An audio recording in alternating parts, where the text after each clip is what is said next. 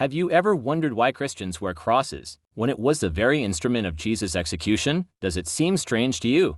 Or do you see it as something else? Let me tell you about a conversation I had with a priest on this very topic. I had been wearing a cross necklace, a gift from my grandfather, for years, but one day, a thought struck me: was it really appropriate? After all, the cross was the instrument of Jesus' execution. Wasn't it strange to wear a symbol of his suffering? Seeking clarity, I decided to visit Father Daniel, a priest at my local church. "Father, I have a question that's been on my mind," I said as I sat down in a quiet corner of the church. "If Jesus was crucified on a cross, isn't it odd that we wear crosses? It was, after all, a tool of his execution." Father Daniel smiled warmly and asked, "Tell me, what do you see when you look at your cross?" I paused, thinking. For me, it was a sign of faith, a reminder of my childhood, of my grandfather's prayers. "I see faith and protection," I answered. "Exactly." He nodded. "The cross is no longer a symbol of defeat but a symbol of victory. Yes, Jesus was crucified, but he also rose again. The cross doesn't just remind us of suffering, it stands for hope, love,